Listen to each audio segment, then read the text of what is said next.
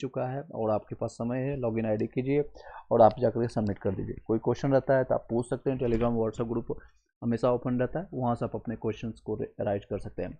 यूआर वालों को थोड़ा दिक्कत होगा, कट ऑफ्स में कई लोग का क्वेश्चंस हैं, अगर जितने भी 1 to 5 6 to 8 9 से 10th में सभी विषयों पर बात करेंगे। और कैटेगरी वाले जितने भी SC ST OBC EWS वाले इन और महिलाओं के लिए काफ़ी बेनिफिट होगा। और TRE 1 और TRE 2 में जो धांधली हुई या फिर इंटरनली धांधली हुई या क्या प्रक्रिया हो चुकी है, उसके बारे में भी हम चर्चा करेंगे, पूरे अच्छे से विस्तार से बात करेंगे।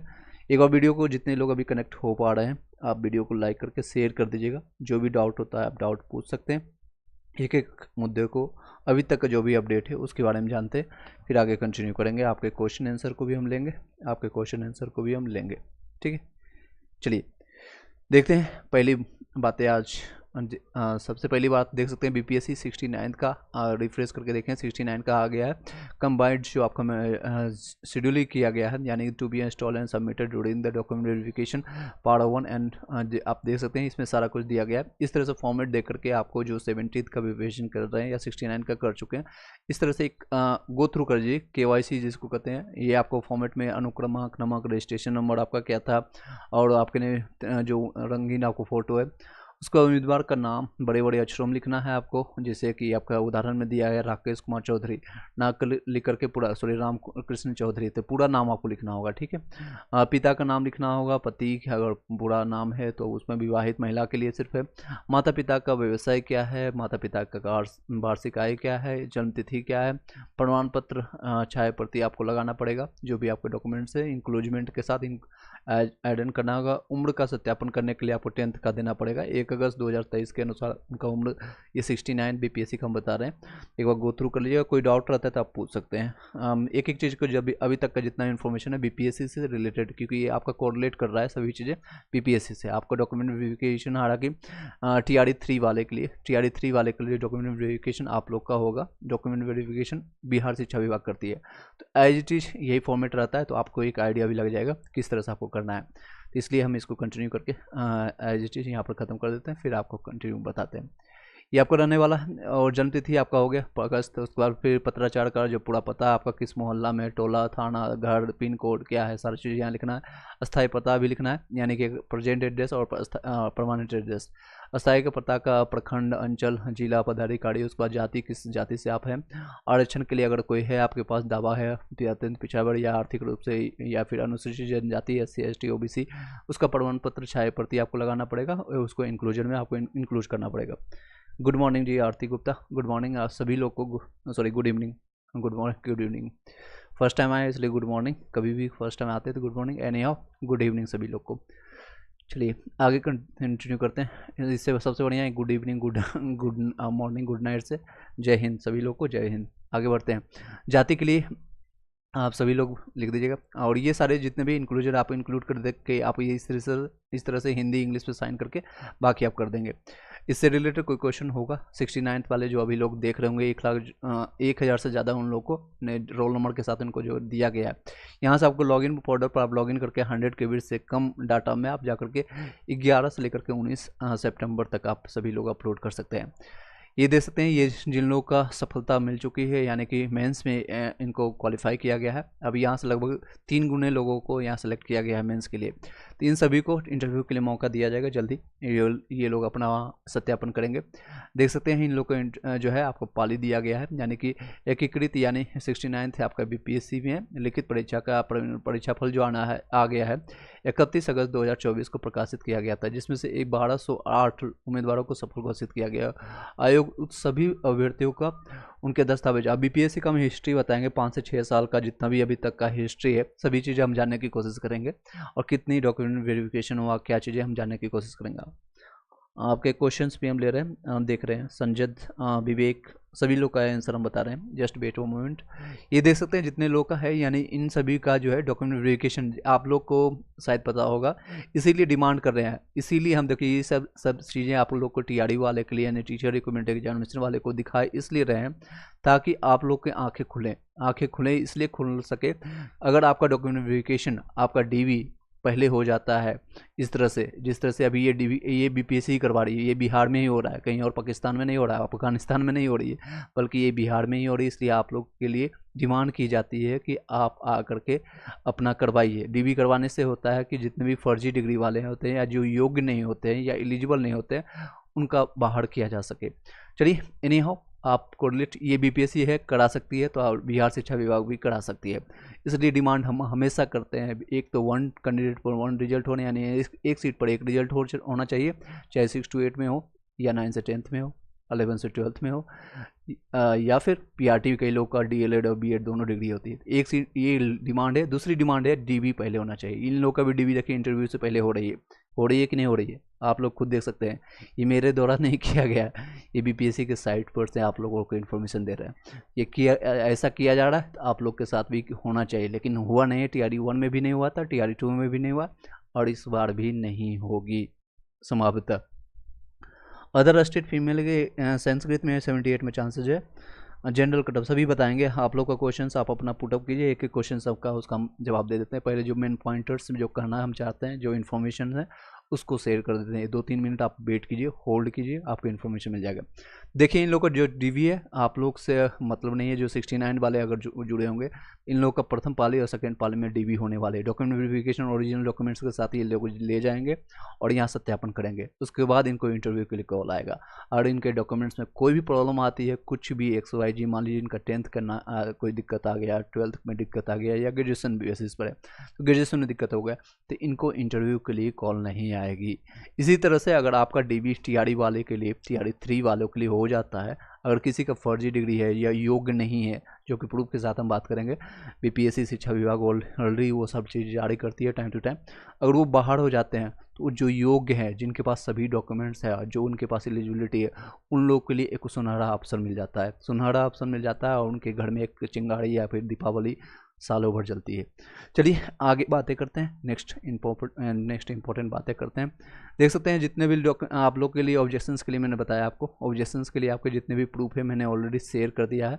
ये टेलीग्राम ग्रुप में देख सकते हैं। NCERT के एक क्वेश्चन दिया गया होता है, मृदा का पलवाड़ क्या संबंधित है आपका, मैंने यहाँ पर दिया गया है। मृदा का आपका पौधों के बीच में अनवरत आपका भूमि जो है, जैसे जैव पदार्थ जैसे घास फूस से ढके जाते हैं, ऐसे मृदा का आर्द्रता रुक जाती है। ये आपका यूनिट 2 में NCERT से लिया गया है, पृष्ठ संख्या 12 है। इस तरह से आप देख करके सबमिट कर सकते हैं। नेक्स्ट अगर बातें करें, एक भूगोल का क्वेश्चन था, इस तरह से देख सकते हैं। और ये आपका G सेट का था, क्वेश्चन नंबर 61। निम्न में से बिहार में सबसे पुरानी नदी घाटी परियोजना कौन सी है? तो ये सोन नदी घाटी परियोजना है। इसका आंसर आप देख सकते हैं, आपका सोन नदी घाटी परियोजना, इसका पूरा प्रूफ के साथ है। पेज नंबर 221 नंबर है, NCERT यूनिट आपका पेज नंबर 221, 222। और ये बिहार कृषि एवं वन संसाधन, इसी को उठा करके आपको सिर्फ कॉपी पेस्ट कर देना है। वहाँ पर 100 KB से कम है और ये आपको पूरा इसका साक्ष्य है। नेक्स्ट क्वेश्चन की बात करें, कुछ क्वेश्चन है जो मेरे पास प्राप्त हुआ है, उसको हम शेयर करते हैं। कांग्रेस के समाजवादी पार्टी की दल स्थापित हुई थी कब? जून 1934। उनमें से कोई नहीं, इन्हीं में से एक से अधिक। इसमें देखिए आंसर दिया है मई 1934, इसके प्रूफ के साथ है, इसको आप दे सकते हैं। यहाँ पर देख सकते हैं एक प्रकाशन में भी दिया गया है इंदिरा गांधी का आधुनिक भारत में सामाजिकरण, और इसका मेन पृष्ठ है। और इंग्लिश वाले ये फ्रीट है, इसको भी आप दे सकते हैं प्रूफ में। ये आपका मई 1934 में होगा, तो इसका आंसर आपका हो जाएगा मई 1934। ठीक है, C ऑप्शन है। इसका आंसर BPSC कुछ और दिया है, तो आप इसको प्रूफ में ले सकते हैं। नेक्स्ट क्वेश्चन की बात करें, नेक्स्ट क्वेश्चन है आपका विज्ञान के लिए कुछ क्वेश्चन थे, इसके क्वेश्चन से भी क्लियर नहीं है। ऑब्जेक्शंस वाले ये क्वेश्चन से देख सकते हैं। यहाँ पर आपका भारत के नए संसद भवन में सांसदों के निलंबन के रिकॉर्ड निम्नलिखित में से कौन सा था? ABC इनमें से कोई नहीं आपका, तो इनमें से सही आपका कोई नहीं होगा। इसके प्रूफ आप यहाँ से देख सकते हैं, इसके प्रूफ यहाँ से देख सकते हैं। नेक्स्ट बातें करें, ये सारी चीज़ें आयोग की कुछ क्लियर हो पाया होगा, यस नो भी। 60-70 तक BPSC वाले के लिए जो आपका न्यूज़पेपर से अभी आइडिया निकल के आ रही है। कट ऑफ से बातें करेंगे, लास्ट मोमेंट में आप लोग सभी लोग क्वेश्चन पूछिएगा। आप लोग का एक एक क्वेश्चन हम क्वेरी सॉल्व करके इसके बाद वीडियो को बंद करेंगे, डोंट वरी। रेवेन्यू ऑफिसर के लिए आपका लगभग RDO का पोस्ट है 393 बताई जा रही है। न्यूज़पेपर का कटेंगे, न्यूज़पेपर का से इन्फॉर्मेशन लिया गया। और रेवेन्यू ऑफिसर RO के लिए 287 पोस्ट है। और ये आपका सब डिविजनल ऑफिसर मजिस्ट्रेट के लिए, सब डिविजनल मजिस्ट्रेट SDM जिसको कहते हैं, 200 लगभग इसमें सीटें हैं। इसमें ऊपर नीचे होगा, ये ऑफिशियली इन्फॉर्मेशन नहीं है। और आपका BPRO का है, प्रखंड पंचायत राज पदाधिकारी के लिए लगभग 75 से 80 सीट आने वाली है। और जिला शिक्षा पदाधिकारी DO के लिए आपका 28 से 30 सीट है। नगर कार्यपालिका पदाधिकारी MEO आपका 58 से 60 सीटें हैं। जेलर के लिए 50 सीटें होंगी। ये आपका रहने वाली तिथि यानी कि जो विज्ञापन आने की संभावना है 15 सितंबर से पहले आ जाएगी। PT आपका 17 नवंबर को निर्धारित किया गया है और आपका रिजल्ट जनवरी में होगा। हालांकि जो पिछले 30 सितंबर को दिया गया था उसको अब चेंज कर दिया गया। अब बातें करते हैं TRE 1 से। TRE 1 आपका TRE 1 से देख सकते हैं। TRE 1 से डोमिसाइल हटाने जाने वाले पर अभ्यर्थियों ने लागू करने की मांग किया गया है। कई राज्यों से लागू है डोमिसाइल। कई राज्यों में ऐसा डोमिसाइल आप लोग को भली बात ही पता है, चाहे किसी भी अदर स्टेट की बात कर लें। जैसे बगल में ही झारखंड से बात कर लीजिए। झारखंड कुछ दिन पहले वो जन्म लिया है, उसका 2000 में उसका जन्म हुआ। लगभग आपका 24 साल का अभी नहीं हुआ पूरी तरह से। 15 नवंबर को जाकर 24 साल उसका होगा। तो वो भी अभी पूरी तरह से उनका डोमिसाइल वहाँ पर लागू है। अगर आपके पास डोमिसाइल है झारखंड का तो ही अप्लाई कर सकते हैं, बाकी आप लोग समझ सकते हैं। बिहार डोमिसाइल हटाने से हो रही है अभ्यर्थियों का हकमारी, शिक्षक अभ्यर्थियों का हो रहा है भारी नुकसान। TRE 1 से डोमिसाइल हटाने जाने पर अभ्यर्थियों ने लगभग 50% जो ओपन किया गया है, यानी कि अदर स्टेट वालों के लिए 40% जो हटाया गया, उसमें से 40% 60% रिजर्वेशन EWS के साथ होता है, EWS के साथ, और 40% जो रजिस्ट्रेशन सीटें बढ़ जाती है। मान लीजिए 1,70,000 पहली बार वैकेंसी आई थी, उसका 40% अगर निकालेंगे 17 चौका 67 लगभग 68,000 के आसपास वैकेंसी जो थी जनरल लोगों के लिए ओपन किया गया था। इसमें से आंकड़ा निकाली गई थी TRE 1 में ऑलमोस्ट 90% या 88%, कहीं कहीं 85% जो है बच्चे वो अदर स्टेट के आ गए हैं और बिहार के बच्चों की हक मारी गई। ये पूरा आंकड़ा के साथ हम बता रहे हैं, एक एक नंबर के साथ बता रहे हैं। ये एक्चुअल डाटा है। इसमें कितनी इंटरनली धांधली हुई, कितना अतुल जी ने अतुलनीय काम किया या फिर किसने क्या किया, इसका अभी तक जांच चल रहा है। अभी तक ये प्रक्रिया आपके जांच अधिकारियों के पास अभी जांच में है और ये अभी तक उसके लिए फाइट कर सकते हैं। देख सकते हैं बैठक करते हुए शिक्षक अभ्यर्थी जितने भी लोग हैं जिनका हक मारी गई है। अभ्यर्थियों ने TRE 3 से रिजल्ट पहले की DBE की मांग कर रहे हैं, अब TRE 3 से इसीलिए DBE की मांग कर रहे हैं। देखने अभ्यर्थियों ने आपका जो है TRE 3 से पहले आपका रिजल्ट आने से पहले DBE की मांग कर रहे हैं। इसमें सभी लोग का बेनिफिट होगा, चाहे यूपी से हो, बिहार से हो या किसी को भी। अगर आपका DBE होता है प्रॉपर ढंग से तो ऐसे हजारों लोग हैं जो कि योग्य होंगे, उनका सिलेक्शन हो जाएगा। इसे देख सकते हैं TRE 1 और TRE 2 में हजारों की संख्या में फर्जी और अयोग्य शिक्षक बन गए हैं। अगर रिजल्ट से पहले दस्तावेज सत्यापन यानी DBE हो जाता है, डॉक्यूमेंट वेरिफिकेशन, तो आज योग्य अभ्यर्थी सड़क पर ना हो वर्ग विद्यालय में होते। लेकिन सरकार यहाँ सिर्फ आंकड़ों का खेल खेलती है, बस बिहार के जनता को झूठा आंकड़ा दिखा करके भ्रमित कर रही है। अभ्यर्थियों ने कहा है कि अगर TRE 3 के रिजल्ट से पहले दस्तावेज सत्यापन यानी डॉक्यूमेंट वेरिफिकेशन और एक अभ्यर्थी का एक रिजल्ट यानी कि वन सीट पर वन रिजल्ट जारी नहीं होता है तो अभ्यर्थी न्यायालय के शरण से जाने से भी पीछे नहीं हटेगा। यानी हो सकता है इसमें आपका केस हो, निर्माणाधीन हो गई, कोई क्वेश्चंस ऑब्जेक्शंस होगा। BPSC आपका ये मैंने ऑलरेडी बता दिया आप लोग को। ऑब्जेक्शंस के लिए मैंने इससे संबंधित आपको वीडियो बनाया था, आपको बताया था, इसमें आप फिर से देख लीजिए। सब्जेक्ट आपको चूज करना होगा, जैसे 6 to 8 में आपका मैथ साइंस है, कौन सा बुकलेट नंबर है आपका EFG आप जो भी चूज करना है। क्वेश्चन नंबर आप चूज कीजिए, कैंडिडेट का आपका आंसर क्या था और ओरिजिनल आंसर की BPSC ने क्या जारी किया वो आपको देना है।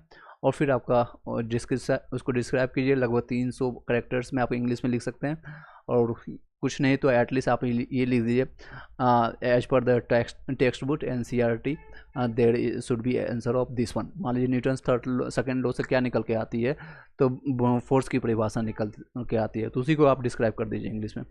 ठीक है, इस तरह उसका 100 KB से या तो JPG फॉर्मेट इसमें आप सबमिट कर सकते हैं।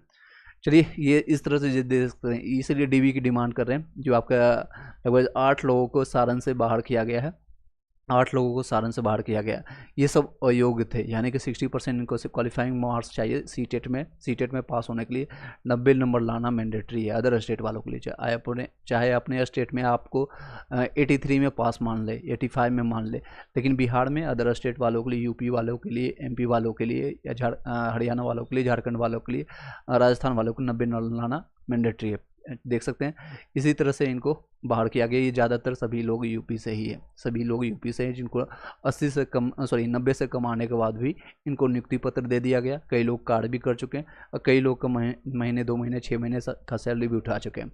एनी हाउ चलिए नेक्स्ट इंपॉर्टेंट है, ये दे सकते हैं ऑब्जेक्शंस के लिए क्वेश्चन है, ये सारी चीज़ें अब आपके सारे क्वेश्चंस लिए जाएंगे, डाउट आपके क्लियरिफाई किया जाएगा एक एक को डाउट। और वीडियो को एक बार लाइक करके शेयर कर दीजिएगा सभी लोग।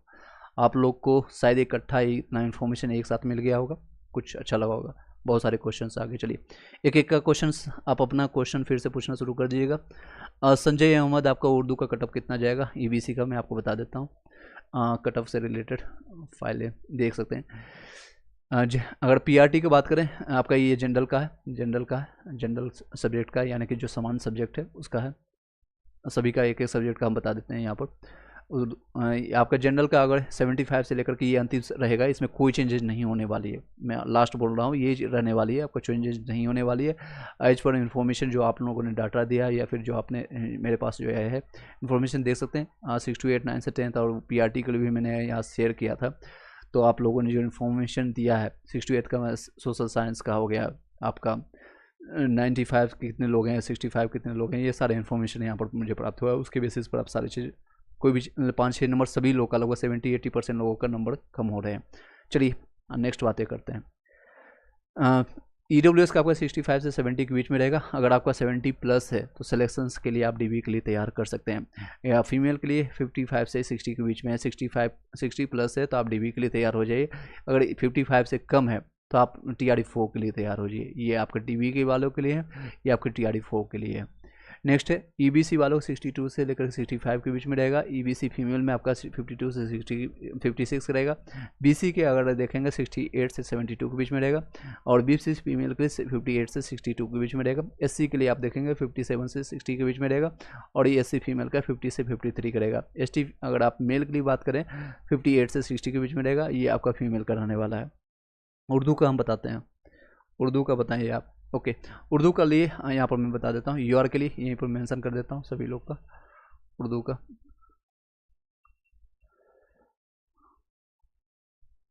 चलिए उर्दू के लिए आपका रहेगा, यहाँ पर देख सकते हैं 74 से लेकर के 78 के बीच में रहेगा UR के लिए।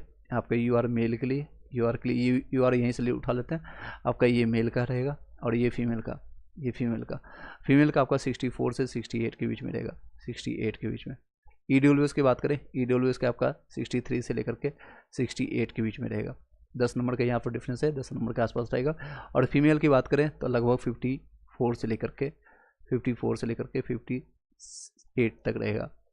EBC की बात करें, EBC आपका लगभग वही आपका 62 से लेकर के 67 के बीच में रहेगा। 67 प्लस है आपका, तो आप सेफ मानिएगा अपने आप को। और फीमेल की बात करें यहाँ पर आपका 53 से लेकर के 57 के बीच में रहेगा। और आपका BC की बात करें, BC का आपका 64 से लेकर के 69 के बीच में रहेगा। BC का यहाँ पर 2 नंबर ज़्यादा रहता है यहाँ से, तो 55 के बीच में रहेगा, 55 से लेकर के और 58 के बीच में रहेगा यहाँ पर 58-59।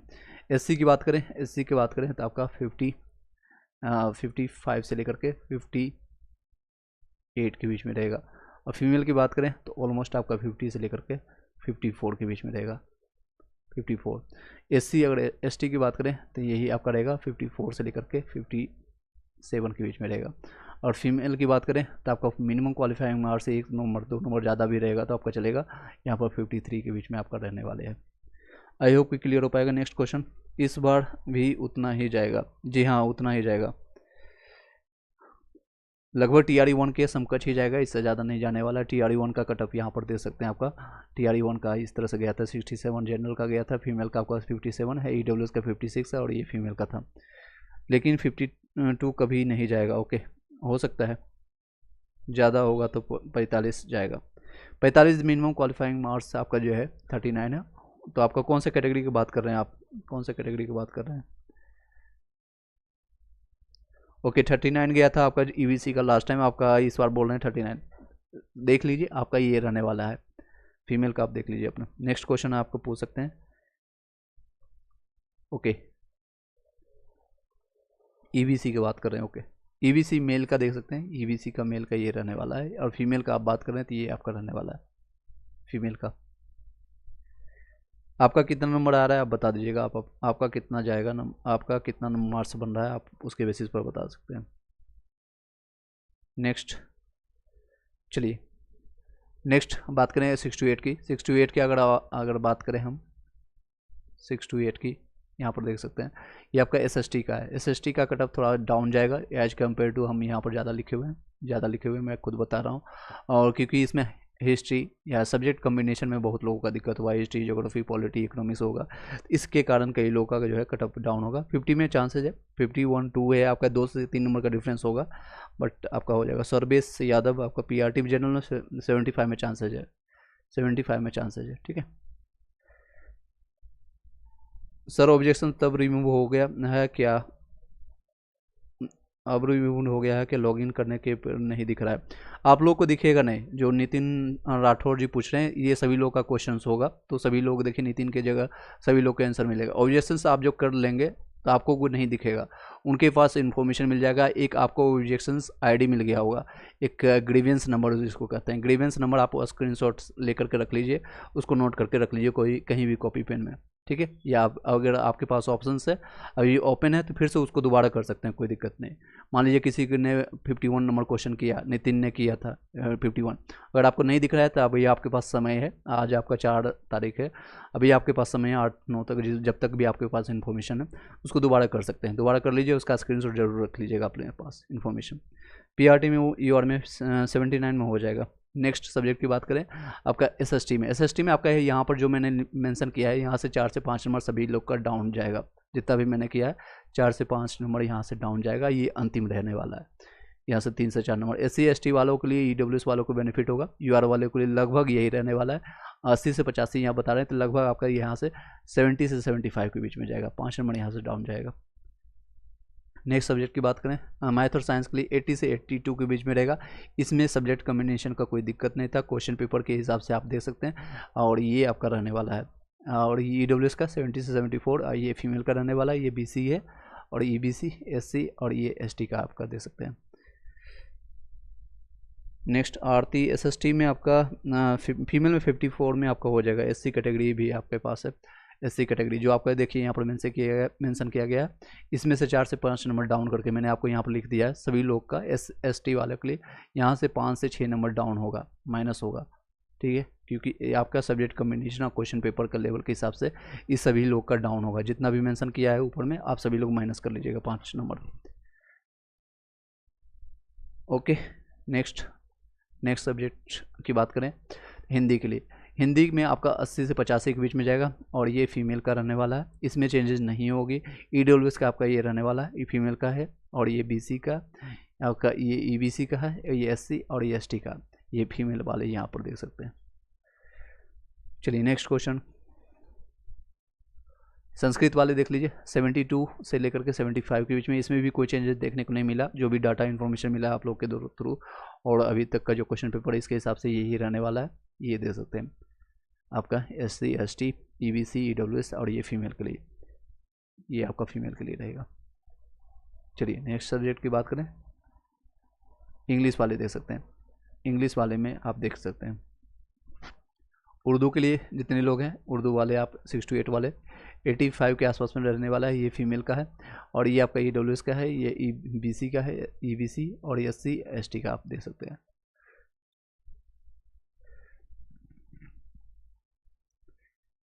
चलिए एट द एंड हम बातें करेंगे TRE4 के लिए, जिन लोगों का कट ऑफ से बहुत ज़्यादा नंबर कम है, TRE4 और 70th BPSC के लिए कौन से महत्वपूर्ण 4 से 5 बुक आपको पढ़ना है जिससे आपका सिलेक्शन हो जाए। 4 से 5 बुक, उससे ज़्यादा आपको नहीं पढ़ना है। उस टॉपिक को अगर आप क्लियर कर लेते हैं लास्ट मोमेंट में हम बात करेंगे इसे 5 से 10 मिनट हम इस पर बातें करेंगे।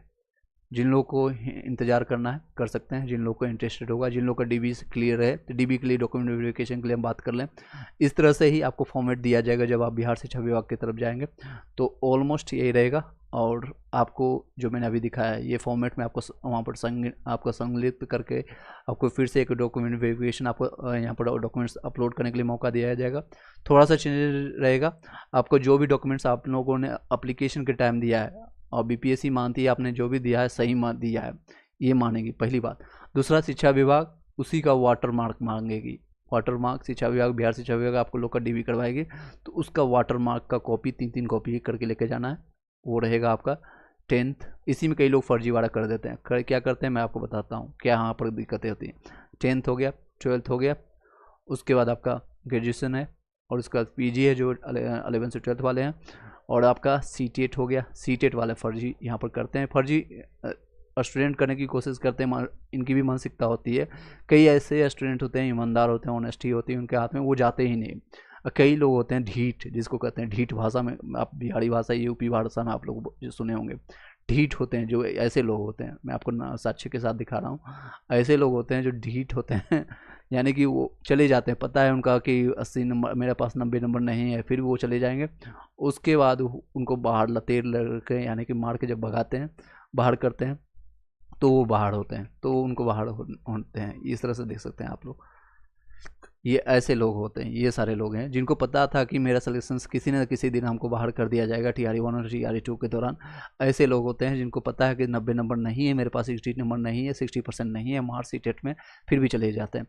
ऐसे लोग हैं फर्जीवाड़ा करते हैं। बाकी 10th में उनका सही होगा। मान लीजिए किसी का राहुल कुमार नाम है, तो राहुल कुमार के नाम से ही उनका 10th का सर्टिफिकेट होगा, जिससे DOB डिसाइडेड होगा, डेट ऑफ बर्थ इनका डिसाइडेड होगा। 12th आपका इस सेम होना चाहिए, और आपका मार्कशीट सर्टिफिकेट दोनों चाहिए, दोनों के लिए। ग्रेजुएशन के लिए सेम मार्कशीट और सर्टिफिकेट का आपको कॉपी मांगा जाएगा, ग्रेजुएशन का भी मार्कशीट और सर्टिफिकेट मांगा जाएगा। CTET का आपका जो है आपने डिजी लॉकर से डाउनलोड किया या कहीं से भी किया है, उसको एक कॉपी मांगते हैं। और लोग क्या करते हैं, वो लोग सिर्फ और सिर्फ जो वाटर मार्क रहता है उसको देख करके आगे बढ़ा देते हैं और प्रोविजनल नियुक्ति पत्र दे देते हैं। प्रोविजनल यानी कि औपबंधिक, हिंदी में कहेंगे औपबंधिक नियुक्ति पत्र उनको प्राप्त हो जाता है। वहाँ से जाकर के वो ट्रेनिंग करते हैं, खाना खाते हैं, योगा करते हैं, मेडिटेशन करते हैं, और उसके बाद स्कूल को भी अलॉट कर दिया जाता है। और ये गलतियाँ होती है बिहार शिक्षा विभाग की, इसलिए DB की मांग की जा रही है पहले हो जाए, ताकि ऐसे लोग, ऐसे फर्जी वाले लोग हैं, अयोग्य लोग हैं, फर्जी वाले नहीं कर सकते, इसमें अयोग्य बिहार शिक्षा विभाग की भी गलती है इसमें। इनको जाना नहीं चाहिए। कई लोग चले जाते हैं ढीठ लोग, उनको जाकर नियुक्ति पत्र मिल जाता है, उनको एक आइडिया भी लग जाता है किस तरह से प्रक्रिया होती है, क्या दिक्कतें हैं, क्या प्रॉब्लम हो सकती है। चलिए नेक्स्ट, कोई क्वेश्चन रहता है आप पूछ सकते हैं। Do you have any questions? PRT में आपका PGT बोटनी के लिए बता देते हैं। PRT के लिए आपका 84 में हो जाएगा। असली इंडियंस 84 में हो जाएगा। चलिए, जितने लोग अभी एक बार वीडियो को लाइक करके शेयर कर दीजिएगा। कोई क्वेश्चन रहता है आप पूछ सकते हैं। PGT वाले आप देख लीजिए। चलिए, इसमें शायद नहीं है मेंशन किया गया, यहाँ पर भी नहीं। आप अपना नंबर शेयर करिएगा। इस PDF में मेरे पास अभी नहीं इन्फॉर्मेशन है। यूआर फीमेल में मैथ और साइंस का 83 है, चांसेज है। आरती गुप्ता हो जाएगा 83 में आपका हो जाएगा मैथ और साइंस के लिए। मैथ और साइंस का मैंने अभी शेयर किया था। TGT का इसमें है, इस PDF में मैंने अभी डाउनलोड नहीं किया है। मेरे पास इन्फॉर्मेशन था, बट आप अपना नंबर शेयर कीजिएगा। दीपक सिंह PGT बोटनी वाले, जितने भी PGT वाले इन्फॉर्मेशन है, PGT का यहाँ पर इस PDF में मैंने मेंशन नहीं किया गया है, मतलब कि अभी नहीं है वर्तमान में मेरे पास। मैथ और साइंस वाले देख लीजिए यहाँ पर। मैथ और साइंस आपका EB आपका कौन सा कैटेगरी है? यूआर फीमेल के लिए 81 है। यूआर फीमेल के लिए आप देख लीजिए। आरती गुप्ता अगर यूआर नेक्स्ट आपका यानी PRT के लिए भी आपने दिया है, साथ ही साथ आपका दोनों में आपका चांसेज है, PRT के लिए भी और 6 to 8 में भी, दोनों में आपका हो जाएगा। अब आप पर डिपेंड करता है कि आप कहाँ जाकर सिलेक्शंस लेंगे, यानी किस डिस्ट्रिक्ट में लेंगे और कहाँ पर आपका होगा। दोनों में आपका चांसेज है। दोनों आपको DB के लिए कॉल आएगा, और हो सकता है आप अपने अनुसार चूज कर लीजिएगा, क्योंकि अदर स्टेट के होंगे आप। यस, दो अदर स्टेट के होंगे तो नियर बाय आप अपने डिस्ट्रिक्ट के, मान लीजिए UP के होंगे तो आप नियर बाय बक्सर, कैमूर, आप वहाँ पर जो भी आपके नज़दीक में पड़ेगा वहाँ से आप अलॉट कर लीजिएगा। 4-5 हज़ार सैलरी का डिफरेंस होता है, तो आप सजेस्ट कीजिए, मैं सजेस्ट करूँगा सिर्फ 6 to 8 में ही जाइएगा तो बेहतर रहेगा। प्रमोशन से वहाँ से, या फिर आप B.Ed करके आप आगे बढ़ सकते हैं। ओके जी, welcome, thank you. Next, yes sir, okay. चलिए, कुछ और महत्वपूर्ण चीज़ें हम बताते हैं, कुछ बताने की कोशिश करते हैं। इन्फॉर्मेशन गैदर कर लीजिए, शायद आपको इन्फॉर्मेशन भविष्य में काम आए। देख सकते हैं आपका भास्कर आपका है में आज ही की डेट में न्यूज प्रकाशित हुआ। 4 सितंबर है आज का डेट में, 4 सितंबर। कल के डेट में आपका शिक्षक दिवस के रूप में आपका 5 सितंबर आ जाएगा। किन के दिवस मनाते हैं आप लोग कमेंट बॉक्स में बताइएगा। एक छोटा सा जनरल क्वेश्चन आप लोग पूछ रहे हैं। आप लोग ऑलरेडी काफ़ी टीचर अच्छा बनने वाला है। कल टीचर्स डे है, किनके जन्म दिवस के रूप में मनाते हैं, और फर्स्ट राष्ट्रपति इनको मिल चुका था। इनके नाम बताइएगा आप लोग। आप लोग नाम बताइएगा, देखते हैं कितने लोग एक्टिव हैं। नाम कल है 5 सितंबर, शिक्षक दिवस मनाते हैं हम लोग, शिक्षक दिवस हम लोग मनाते हैं। ये किनका जन्म दिवस के रूप में हम लोग मनाते हैं, कल के किनके जन्म दिवस के रूप में हम लोग मनाते हैं। जनरल में 83 में हो जाएगा, राजेश मिश्रा 83 में। चलिए आगे कुछ इन्फॉर्मेशन के साथ शेयर करते हैं। गणित और विज्ञान के लिए देख सकते हैं सूचना के अधिकार के तहत आपके आरटीआई इन्होंने लगाया था कुछ लोगों ने। और गणित और विज्ञान के शिक्षकों की भाषा जो है कमज़ोर है और 30% से कम अंक आने पर भी हुई है नियुक्ति। और ये TRE 2 में हुआ था, ये सब काम बहुत बड़ी मात्रा में हुई थी। TRE 1 और TRE 2 में तमाम अनियमितता हुई थी, मतलब कि बहुत सारे ऐसे चीज़ें रूल्स को तोड़ा गया था जिसका आप कह नहीं सकते हैं। PRT उर्दू का EBC का कितना जाएगा, मैंने अभी शेयर किया था, वीडियो को एक बार स्क्रॉल कर लीजिएगा, फिर भी मैं बता देता हूँ। EBC का आप यहाँ पर देख लीजिए, EBC का आपका फीमेल का ये रहने वाला है, ये मेल का रहने वाला है। इसमें 2 से 3 नंबर डाउन मैं ज़्यादा ही लिखा हूँ, 3 से 4 नंबर मैंने ज़्यादा ही लिखा है। तो आपका अगर कम भी है 4 से 5 नंबर तो भी आपके चांसेज होगी। ये आपका UR के लिए मेल का है, ये मेल का है, और ये फीमेल का है, ये मेल का है, ये फीमेल, आप देख सकते हैं। ऊपर का मैंने हटा दिया, सॉरी। आगे कंटिन्यू करते हैं। सर जी बिहार से PRT में 68 में कोई चांस, बिल्कुल चांसेज है एजुकेशन ब्लॉक से। आप लोग सभी लोग बताइएगा कल के डेट में शिक्षक दिवस है, किनके जन्म दिवस के रूप में मनाते हैं। चलिए, गणित और विज्ञान के शिक्षकों की भाषा जो कमजोर होने के कारण अनियमितता किया गया था, बाहरी लोगों को फायदा पहुंचाने के लिए नियमों में बदलाव का आरोप लगा है। मुजफ्फरपुर में आज एक डेट में नहीं आया, ये प्रकाशित हुआ न्यूज में। नीति में स्कूल बच्चों को स्थानीय भाषा, जैसे कि आप लोग बिहारी में भोजपुरी हो गया, मैथिली हो गया, या फिर मगही हो गया, एटलीस्ट वो सारे भाषा भी नहीं अगर आता है, लोकल लैंग्वेज भी नहीं आता है, तो लोकल वोकल एक सोर्स भी लगाया गया था। लोकल में अगर बच्चों को सिखाते हैं तो आपको आसानी से आता है। Please tell me, sir please बताइएगा STGT SC में आपका 63 में हो जाएगा, 63 में हो जाएगा। Pushpa please tell Awasthi, sorry Avadhi math क्या बताना है। हाँ, डॉक्टर सर्वपल्ली राधाकृष्णन, पहला इन्फॉर्मेशन मुझे मिला है एजुकेशन ब्लॉक की तरफ से। Very good, very good. चलिए 50 में हो जाएगा हैंडीकैप्ट में, PRT में। चलिए इसमें देख सकते हैं क्या हुआ था लास्ट TRE 1 और TRE 2 के दौरान क्या हुआ था। आपके जो है गणित और विज्ञान भाषा में आपको ऐसे शिक्षकों की नियुक्ति हुई थी जो BPSC की परीक्षा में भाषा में फेल हो गए थे। मिनिमम आपको 9 नंबर लाना था और वो भी ला नहीं पाए, फिर भी उन लोग की नियुक्ति हुई थी। 30 नंबर में 9 नंबर लाना मैंडेटरी था, वो भी नहीं ला पाए थे। चलिए 96 में हो जाएगा ऑफ दी मैथ, 96 मैथ और साइंस में आराम से हो जाएगा। 73 आपका फीमेल में अदर स्टेट से है। हाँ बिल्कुल आपका हो जाए, चांसेज है, मैं ये नहीं बोल रहा हो जाएगा बट चांसेज है। 73 यहाँ पर देख सकते हैं, मैथ और साइंस में आपका फीमेल का यहाँ पर चांसेज है। अभी मैं बोल रहा हूँ ये चांसेज है आपका, ये नहीं बोल रहा आपका हो जाएगा। जिन लोगों को हो जाना मतलब कि उसका 100% है, 100%। इनका में है 50-50 होगा, चांस है आपका, आप चांस है, आप होप रखिए, आशा रखिए, साथ ही साथ TRE 4 के लिए प्रिपरेशन करना शुरू कर दीजिए, मैं आपको बता रहा हूँ। ओके जी, श्योर। डॉक्टर सर्वपल्ली, हाँ जी, डॉक्टर सर्वपल्ली राधाकृष्णन, डॉक्टर सर्वपल्ली राधाकृष्णन, कई लोग के पास हमें इन्फॉर्मेशन मिल रहा है। Yes very good Sanjay Kumar. Doctor Sarvepalli Radhakrishnan जो पहले उपराष्ट्रपति थे और उनको 1954 में भारत रत्न प्राप्त हुआ था, और वो पहले पर्सन थे इंडिया के जिनको भारत रत्न मिला, और वही शिक्षक दिवस उनके जन्मदिवस के रूप में हम मनाते हैं। Very good. और हिंदी दिवस को मनाते हैं हम लोग, हिंदी दिवस और विज्ञान दिवस। 3-4 क्वेश्चन हम मैं दाग देता हूँ, जिन लोगों को इन्फॉर्मेशन होगा शेयर कर दीजिएगा। एक खेल दिवस किनके जन्म दिवस पर मनाते हैं, हिंदी दिवस कब मनाते हैं, हिंदी दिवस। एक मैथमेटिक्स दिवस, अगर आप सब्जेक्ट के टीचर बनने जा रहे हैं, मैथमेटिक्स एटलीस्ट तो पता होना चाहिए। मैथ और साइंस वाले जरूर आप इन्फॉर्मेशन शेयर कीजिएगा, चाहे 6 to 8 वाले हो, 9 से 10th वाले हो, या 11 से 12th वाले हो। मैथमेटिक्स डे कब मनाते हैं और किनके जन्म दिवस के ऊपर मनाते हैं, अगर नहीं पता होगा मैं बता दूंगा, डोंट वरी। चलिए इन्फॉर्मेशन पर चलते हैं। हाँ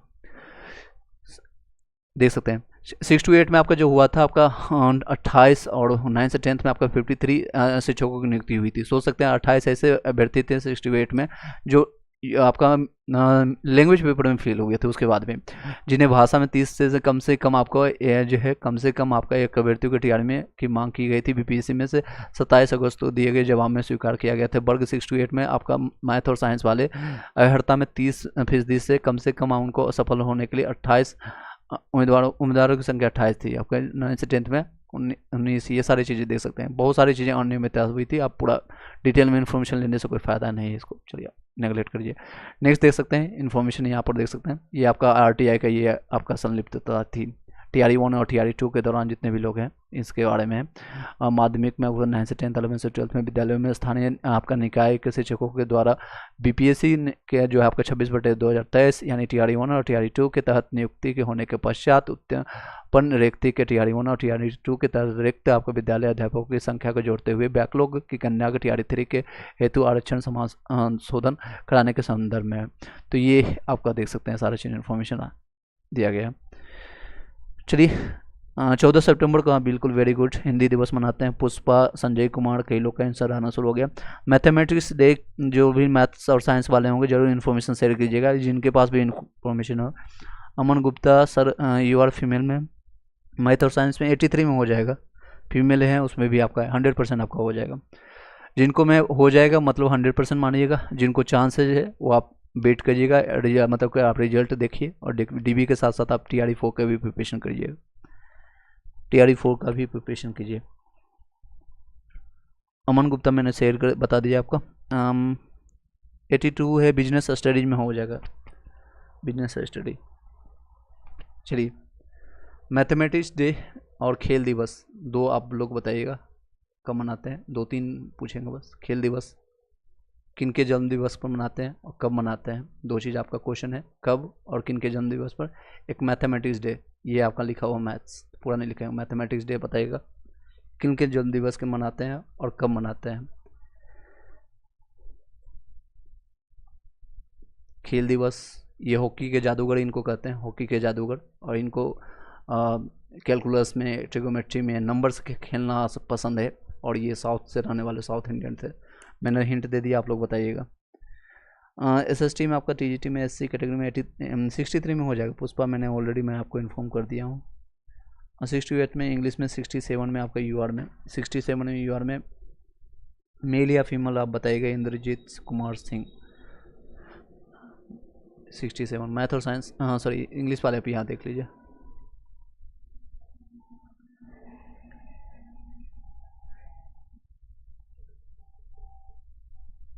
हाँ मेजर ध्यानचंद्र हैं आपका। और डेट आप क्या बता रहे हैं, 14 को। खेल दिवस कब मनाते हैं, खेल दिवस 2 क्वेश्चन मैंने आपसे पूछा, एक क्वेश्चन ये है, दूसरा क्वेश्चन आपका मैथमेटिक्स डे से संबंधित है। खेल दिवस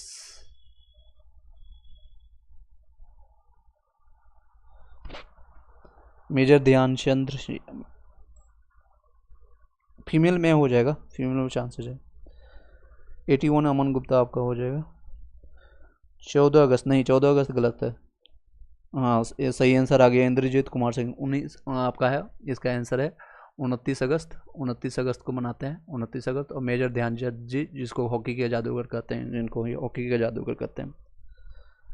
खेल दिवस के ही दिन, इसी दिन आपको सभी लोग को, जैसे आपको अर्जुन अवार्ड हो गया, द्रोणाचार्य अवार्ड हो गया, जो द्रोणाचार्य अवार्ड मिलता है जो कि ट्रेनर होता है, जिससे कि आपका अर्जुन के आपका गुरु होते थे ट्रेनर, उसी तरह से वर्तमान में जो ट्रेनर होते हैं जो आपका, उसको मिलता है एक द्रोणाचार्य अवार्ड मिलता है, अर्जुन अवार्ड मिलता है। रिसेंटली लास्ट ईयर अभी आपका अर्जुन अवार्ड आपका मोहम्मद शमी को मिला था, क्रिकेटर मोहम्मद शमी को। कई लोग नहीं, 19 अगस्त नहीं है पुष्पा, आपका गलत है, 29 अगस्त सही है। इंद्रजीत सही बता रहे हैं, 29 अगस्त। मैथमेटिक्स डे आपका डॉक्टर रामानुजन, हाँ संजय कुमार सही बता रहे हैं, चलिए सही बता रहे हैं, ये आपका दूसरा भी आंसर आ चुका है। मैथमेटिक्स डे आपका आपको मनाते हैं रामानुजन जी के बारे में, और ये 22 दिसंबर को मनाते हैं हम लोग, 22 दिसंबर। आंसर कभी किसी ने बताया ना अभी, बट 22 दिसंबर इसका है, और रामानुजन के मनाते हैं। मैथमेटिक्स का ये जादूगर कहलाते थे, इनको नंबर से खेलना, इनका देवी मतलब इनका जो एक कहानी स्टोरी भी मैं शॉर्ट में बता देता हूँ, शायद आप लोगों ने सुना भी होगा या फिर नहीं सुना है तो थोड़ा मोटिवेशन मिलेगा। इनके पास इतनी शक्तियाँ थी, इनके पास मैथमेटिक्स के अलावा इन्होंने इनफाइनाइट की खोज की। इनफाइनाइट जो हम लोग पढ़ते हैं 0/1, 0/1, ये इनफाइनाइट हो गया। इसको डिफाइन नहीं करते हैं, अनडिफाइंड इसको कहते हैं इंग्लिश में, अपरिभाषित हिंदी में कहते हैं। अपरिभाषित हिंदी इंग्लिश दोनों वाले समझ लीजिए, अपरिभाषित। और ये मैथमेटिक्स के लिए एक एक चीज़ें इस तरह से वो सॉल्व करते थे। 10th में इनको सबसे ज़्यादा 100 आउट ऑफ 100 आया।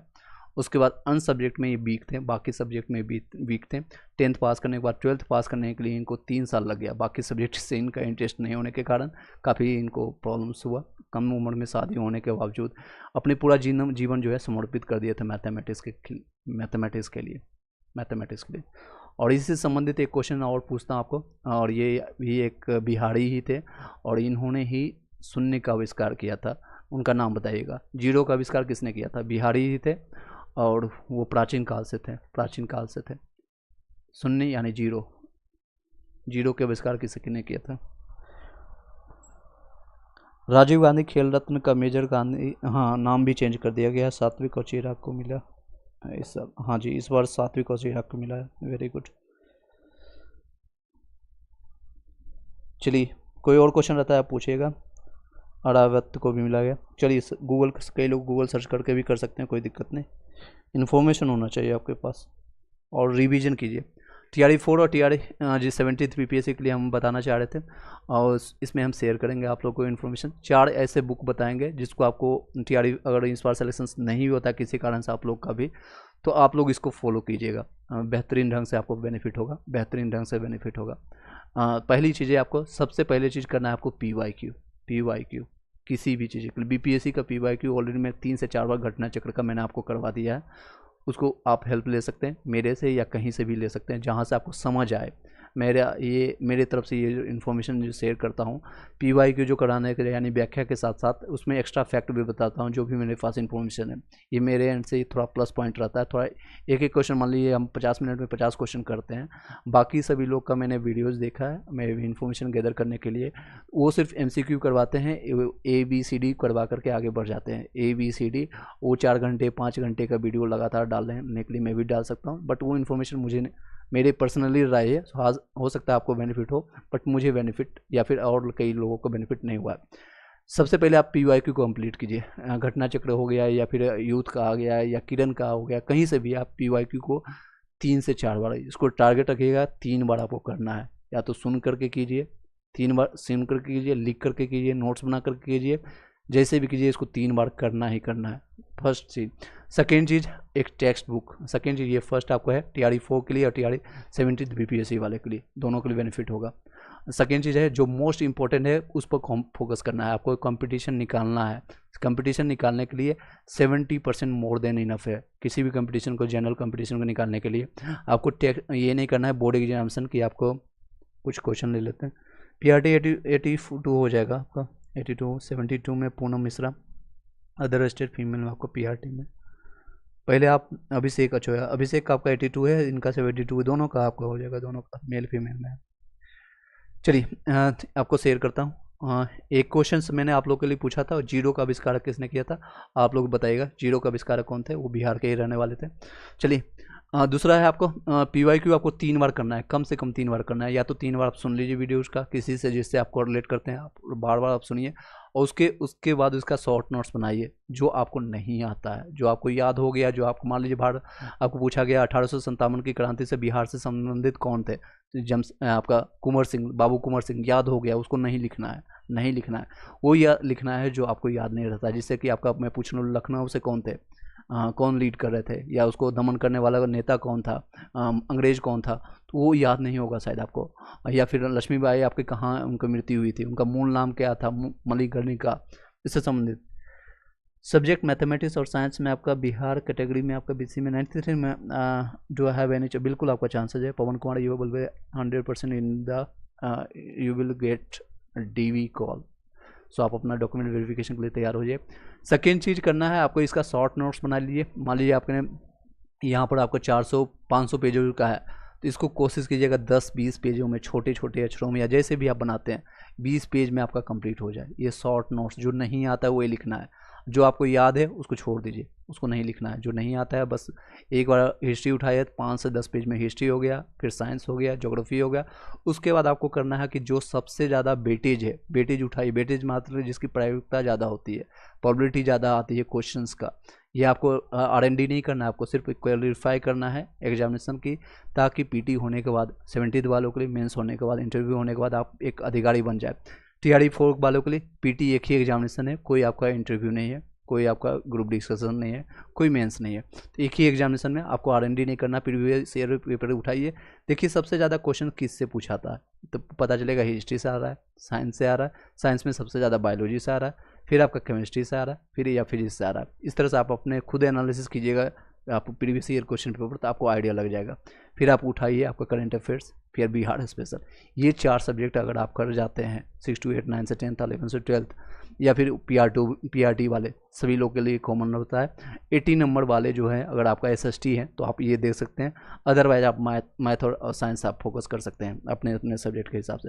अब बात करें तो वेटेज के हिसाब से आपको मिल गया, उसके लिए टेक्स्ट बुक उठा लिया। आपके पास कोई भी नॉलेज नहीं है, मान लीजिए आपके पास जीरो नॉलेज है, जिसे मैंने अभी क्वेश्चन किया है, जीरो का आविष्कारक कौन है, उसी तरह से आपके पास जीरो नॉलेज है, लड्डू बटा लड्डू है, बेवकूफ़ है। मान लीजिए अपने आपको बेवकूफ़ है, मैं भी बेवकूफ़ हूँ, आप भी बेवकूफ़ हैं, इस तरह से मान करके जीरो से स्टार्ट कीजिए। हिस्ट्री के लिए आप स्पेक्ट्रम उठाइए और पढ़ना शुरू करिए। अभी वर्तमान में बहुत समय है, अभी आपका 3 से 4-5 महीने बहुत होता है। इसको 20 से 25 दिन दीजिए, 20 से 25 दिन दीजिए। अगर आपने कहीं भी कुछ नहीं किया तो यूट्यूब से उठाइए, 3-4-5 वीडियो इसका देख लीजिए। 10 घंटा 15 घंटे का टाइम लगता है, 3-4 दिन लीजिए, इसको देखिए। उसके बाद खुद से इसको 3-4 बार पढ़िए। 3 बार पढ़ने के बाद इसका भी शॉर्ट नोट्स बना लीजिए। इसी तरह से आप साइंस का भी कर सकते हैं, इसी तरह से बिहार स्पेशल का कर सकते हैं। BPSC 70 निकालने के लिए ये 4 सब्जेक्ट बहुत इंपॉर्टेंट है। 100+ नंबर आपका आएगा, 100+ नंबर आएगा। इससे संबंधित मैंने एक वीडियो बनाया था आपको रिसेंटली, उसको आप जरूर जा करके देख सकते हैं, रिसेंटली आपको देख सकते हैं। BPSC 70 के लिए आपका 19 मिनट का वीडियो है, उसको जा करके आप कैरी कर सकते हैं, देख सकते हैं। चलिए 79 में आपका मैथ और साइंस में आपका UR में फीमेल में हो जाएगा, RK कैरियर, एंड PRT में 79 है बिल्कुल। चलिए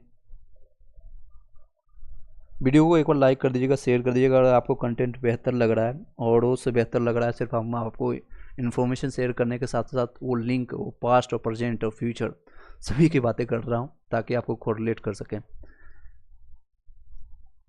79 में हो जाएगा। नेक्स्ट क्वेश्चन, इस 11 नवंबर को BPSC की एग्जामिनेशन, 11 नहीं 17 नवंबर को है, BPSC 17 की 17 नवंबर को एग्जामिनेशन है पुष्पा, तो आप उस अनुसार अपने आप को प्लानिंग कर सकते हैं। इसके लिए मैंने एक सेपरेट वीडियो बनाया है, उसमें आपको पूरा सिर्फ BPSC 17 की बातें किया है, तो उसको एक बार जरूर आप 1.5 की स्पीड से या फिर आपको 2 की स्पीड से, जितना भी आप संभव हो सके, ताकि मेरी बातें समझ पाएँ, क्योंकि ऑलरेडी मैं फास्ट बोलता हूँ, तो कोशिश कीजिए 1.5 की स्पीड से उसको देख लीजिए और साथ ही साथ नोट्स बना लीजिए उसका। चलिए अभी मैंने आपको दिखाया था, डेट के साथ दिखाया था आपको, कई लोग वीडियो बाद में ज्वाइन किए। 70th BPSC का इन्फॉर्मेशन मैंने शेयर किया था आप लोग को, यहाँ पर मैंने शेयर किया था, where I have completed, yes ये दे सकते हैं, ये देख सकते हैं। आपका 17 नवंबर को आपका एग्जामिनेशन है और ये सारे पोस्टों पर आने की संभावना है। इस बार वैकेंसी सबसे ज़्यादा आने वाली है 67th के बाद, 67th के बाद सबसे ज़्यादा वैकेंसी आने वाली है। लेकिन और इन्फॉर्मेशन बता देता हूँ, पिछले 5 साल का जो इन्फॉर्मेशन है मैं आपको शेयर कर देता हूँ। सभी लोग टेलीग्राम ग्रुप जरूर ज्वाइन कर लीजिएगा, टेलीग्राम ग्रुप है, टेलीग्राम व्हाट्सएप ग्रुप का इसी वीडियो के डिस्क्रिप्शन में आपको लिंक मिल जाएगा, वहाँ से जरूर ज्वाइन कर लीजिएगा। देख सकते हैं इन पदों पर आपको निकल चुकी है आपका वैकेंसी, आपका ये सारी चीज़ें हैं। और 69th में 475 वैकेंसी आई थी और अभी इसका रिजल्ट अभी प्रक्रियाधीन है। मेंस का रिजल्ट आया है अभी रिसेंटली, 2 दिन पहले, कुछ दिन पहले, 4 दिन। ये आपका 69th में वैकेंसी आई थी और इस बार आपकी 1200 से ज़्यादा या 1500 कई लोग बता रहे हैं, तो कम से कम 1000+ तो वैकेंसी आएगी। ये आपका 68 में आया था, 68 में वैकेंसी थी, 68 में 324 वैकेंसी थी, 324। और आपका 67th में इससे सबसे ज़्यादा अभी तक का जो है पिछले 5 साल में अगर रिकॉर्ड देखें, 67th में ज़्यादा वैकेंसी थी। इसमें SDM का भी पोस्ट था और इसमें कटअप थोड़ा ज़्यादा गया था। इस बार भी अगर कट ऑफ वैकेंसी ज़्यादा आती है तो कट ऑफ भी ज़्यादा जाएगा। पिछले बार जनरल का कट ऑफ 91 गया था, तो उस हिसाब से देख सकते हैं। EWS का आपका 86 गया था। मेल की बात कर रहा हूँ, फीमेल आप अपने देख लीजिएगा, 5-6 नंबर का डिफरेंस रहता है। 66 में वैकेंसी भी ज़्यादा थी, 66 में आपका वैकेंसी भी ज़्यादा थी, लगभग 689 वैकेंसी थी। और 65 की वैकेंसी की बात करें, 434 वैकेंसी थी, 434। इतनी सारी वैकेंसीज अभी तक क्लियर कर चुकी है BPSC। अभी प्रक्रियाधीन है, इंटरव्यू बाकी है इनका, बाकी इनका हो चुका है, इनका हो चुका है, ये हो चुका है। 70 BPSC का इंतजार कर रहे हैं, और जो कि 17 नवंबर को होने वाली है PT। उसके बाद आपका होगा मेंस, PT और मेंस। चलिए, कोई और क्वेश्चन रहता है आप पूछ सकते हैं। स्पेक्ट्रम को तो मॉडर्न हिस्ट्री के, हाँ मॉडर्न हिस्ट्री के लिए अच्छा रहता है, मॉडर्न हिस्ट्री के लिए, क्योंकि सबसे ज़्यादा क्वेश्चन आपका, अगर आप BPSC की बात करें या फिर TRE की बात करें, तो सबसे ज़्यादा अगर आपका 30 क्वेश्चन आता है हिस्ट्री से 30 क्वेश्चन के वेटेज होता है, ज़्यादातर यही रहता है कि 2-4 नंबर आगे पीछे होता है। मैक्सिमम ये एवरेज ये 30 क्वेश्चन है, जिसमें से 20 से 22 क्वेश्चन आपका यही रहता है मॉडर्न हिस्ट्री से। और फिर आपका है आपका 5 से 6 क्वेश्चन आपका मिडिवल से रहता है, एंशिएंट से आपका रहता है 3 से 4-5 क्वेश्चन आपका रहता है। ये वेरी करता है, ये आपका वेरी करता है, बट ये आपका फिक्स है, तो वो 20 से 22 क्वेश्चन आपको मॉडर्न हिस्ट्री से। 66 में PT में हुआ था, वेरी गुड पुष्पा। तो बट आपका मेंस में शायद नहीं हुआ होगा, कोई बात नहीं, इस बार फिर से प्रयास कीजिए। बीच में आपने एग्जामिनेशन 67, 68, 69 क्यों नहीं दिया? क्या आपने दिया था या नहीं हुआ, तो आप इन्फॉर्मेशन शेयर कीजिएगा, और कितने नंबर से रह गया था। मॉडर्न हिस्ट्री के लिए मैंने आपको बताया, सबसे बढ़िया स्पेक्ट्रम उठाइए। और आपका पॉलिटी के लिए इनके पास समय है, और आगे भविष्य में देखते हैं कि हम ऑफिसर बने या अधिकारी बने।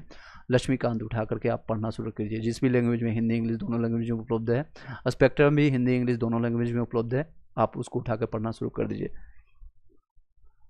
अभी वर्तमान अगर आप 17 नवंबर की अगर आप तैयारी कर रहे हैं, तो अभी इसके लिए समय नहीं बचा है। लक्ष्मीकांत नहीं पढ़ सकते हैं, 13 से 14 नंबर का क्वेश्चन आता है। स्पेक्ट्रम आप ऑलरेडी पढ़ चुके हैं तो पढ़िएगा, अदरवाइज हम सजेस्ट नहीं करेंगे। इसका भी एक शॉर्टकट तरीका है, यानी शॉर्टकट का कुछ भी नहीं होता है, बट ये आपके पास जो समय है उसका उपयोग कर सकते हैं। आपका हिस्ट्री के लिए, पॉलिटी के लिए, साइंस के लिए कुछ सब्जेक्ट के आपका कुछ आपको बुक बता देते हैं, जिसको आप फॉलो कर सकते हैं। हिस्ट्री, पॉलिटी, साइंस, और TRE वाले भी ये इसको फॉलो कर सकते हैं, डोंट वरी। TRE वाले भी, क्योंकि जब हम बड़े, अगर आप हाथी का आप तैयारी करके जाएंगे, हाथी का तैयारी करेंगे, तो घोड़े पर आराम से चढ़ सकते हैं। यानी कि खजूर से गिरे, कहते हैं ना, आसमान से गिरे तो खजूर पर अटके, इस तरह से अगर आप आसमान की तैयारी करें तो खजूर पर अटक ही जाएंगे। अदरवाइज आप तैयारी सिर्फ TRE 4 के लिए करेंगे तो शायद हो सकता है यहाँ भी ना हो, और ये तो चला ही जाएगा। स्पेक्ट्रम इसके लिए, हिस्ट्री के लिए सबसे बेहतर है स्पेक्ट्रम मॉडर्न हिस्ट्री के लिए। बाकी आप एंशिएंट और मिडिवल के लिए आप NCERT पढ़ सकते हैं। अभी वर्तमान में जो बता रहे हैं, वर्तमान आप अरिहंत का उठा लीजिए। अरिहंत का MCQ और इसका नोट्स भी आता है। अरिहंत और MCQ नोट्स स्क्रिप्टेड फॉर्मेट में, मतलब छोटे में रहते हैं, और प्लस इसका अरिहंत का MCQ NCERT की बेसिस पर इसका MCQ दोनों उठा लीजिए। पॉलिटी के भी उठा सकते हैं, और साथ ही साथ साइंस का आपका हिस्ट्री, जिसमें आपका फिजिक्स, केमिस्ट्री, बायोलॉजी तीनों संलिप्त रहता है उसमें। इकोनॉमिक्स का भी मिल जाता है, इकोनॉमिक्स का भी आ जाएगा। 200-400 रुपये का बुक आता है, ज़्यादा नहीं, आपको महंगा पड़ेगा। और ये मेरा नोट्स भी इस पर बना हुआ है, स्क्रिप्टेड आपका जो है शॉर्ट फॉर्मेट में नोट्स भी बना हुआ है, 6 से लेकर 12 तक का विद MCQ के, उसको भी आप प्राप्त कर सकते हैं। एनी हाउ एक अरिहंत का अच्छा बुक है, उसको भी आप ले सकते हैं। इकोनॉमिक्स हो गया, साइंस हो गया। ज्योग्राफी के लिए भी फॉलो कर सकते हैं। ज्योग्राफी से ज़्यादा क्वेश्चन नहीं आता, 3 से 4 सब्जेक्ट को आप नेगलेक्ट भी कर सकते हैं। ज्योग्राफी अगर आपका पढ़ना है तो बिहार स्पेशल पढ़ लीजिए, बस एडुटेरिया पढ़ लीजिए, या फिर आप क्राउन पढ़ लीजिए, या फिर आप इम्तियाज़ अहमद के बुक को पढ़ लीजिए बिहार स्पेशल के लिए। इसमें से सबसे ज़्यादा बिहार स्पेशल का आपका हिस्ट्री से आता है, फिर आपके आते हैं ज्योग्राफी से। ये 3-4 बुक है, क्राउन, इम्तियाज़ अहमद, इन सारे बुक्स को आप देख सकते हैं। चलिए नेक्स्ट क्वेश्चन आप लोग का ले लेते हैं। कुछ कई लोग का क्वेश्चन आ चुका है, मैंने इन्फॉर्मेशन शेयर कर दिया। आई होप कि आपको कुछ इंटरेस्टिंग लगा होगा। कुछ क्वेश्चन ले लेते हैं। नरेंद्र यादव, PRT में आपको 79 में हो जाएगा, 79 में आपको हो जाएगा। नेक्स्ट है आपका क्वेश्चन, सेम क्वेश्चन आ रहा है, कोई और क्वेश्चन नया है तो आप पूछ सकते हैं। चलिए, कुमारी निशा, UR फीमेल में 68 में, इंग्लिश में 63 आपका है, 63 आपका UR में आपको देख लीजिए, इंग्लिश में आपका 63 है। यूआर में आपका 63 में चांसेस कम है, बट मैं क्योंकि यूआर का इसमें 4 से 5 नंबर डाउन होगा, तो आप 4 का भी प्रिपरेशन कीजिए। साथ ही साथ डीबी के लिए भी आपको कॉल आ सकती है, चांसेज है। मैं आपको ये नहीं बता रहा हूँ 100% होगा, जिनको हो जाएगा उनको 100% बता रहा हूँ आपको, बट यहाँ चांसेज है। बट आप TRE 4 के लिए बेहतरीन ढंग से तैयारी स्टार्ट कर दीजिए, बेहतरीन ढंग से स्टार्ट कर दीजिए। जो भी कमियाँ था उसको फिर से देखिए, क्या कमियाँ रह गई थी, क्या आपकी कमजोरी है, कौन सा सब्जेक्ट वीक था, उसको आप दुरुस्त करना शुरू कर दीजिए। नेक्स्ट 79 मैंने बता दिया, RK career and academy. PRT मैंने बता दिया, नरेंद्र यादव 79 में हो जाएगा। चलिए, आई होप कि कुछ इन्फॉर्मेशन आपको गैदर हो गया होगा। रंजीत सिंह 628 में, आपको मैथ में 63 फीमेल में, 63 फीमेल में आप देख लीजिए। चांसेज है, चांसेज रहेगा, बट ये नहीं कर रहा हूँ आपका हो जाएगा। चांसेज आपका 50% चांसेज है। आप TRE 4 के लिए प्रिपरेशन में लग जाइए, TRE 4 के लिए आप लग जाइए अभी से।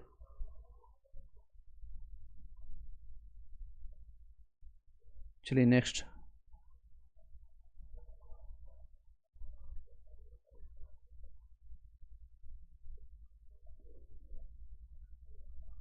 नेक्स्ट क्वेश्चन है तो पूछ सकते हैं। चलिए, इसी वीडियो हम कंटिन्यू करेंगे। अभी तक जितने लोगों ने अपने से अभी तक आप लोग का क्वेश्चन सॉल्व हो पाया होगा। मैं modern history, holiday and ancient history मैंने कंप्लीट करा दिया था। 100 से ज़्यादा, मैंने 110 से ज़्यादा क्वेश्चन करवाया है, उसको हम कंटिन्यू करेंगे। जिन लोगों को पढ़ने का इच्छा होगा, आंसर देने का इच्छा होगा, दे सकते हैं। जीरो का आविष्कारक कौन थे, अभी तक किसी ने बताया नहीं। आप लोग से फिर से 2 से 4 मिनट इंतजार करेंगे, अदरवाइज हम इसका आंसर दे देंगे। और उनका नाम स्टार्ट होता है, मैं हिंट दे देता हूँ। जीरो के आविष्कारक कौन थे, आप गूगल पर सर्च कर सकते हैं या कहीं से इन्फॉर्मेशन कर सकते। उनका स्टार्टिंग नाम है ओ से, ठीक है। बाकी आप लोग बिहार से रहने वाले हैं। जीरो का आविष्कारक भारतीय, पहले भारतीय थे। चलिए नेक्स्ट क्वेश्चन पर चलते हैं। मॉडर्न हिस्ट्री पूछेंगे आपका। एंशिएंट उन्होंने स्टार्ट किया था 110, ये तीसरी बार हम BPSC का आपका करवा रहे हैं आप लोग के लिए। आप लोग इसका बेनिफिट उठाइएगा। ये मेडिवल हिस्ट्री है, आगे कंटिन्यू करते हैं।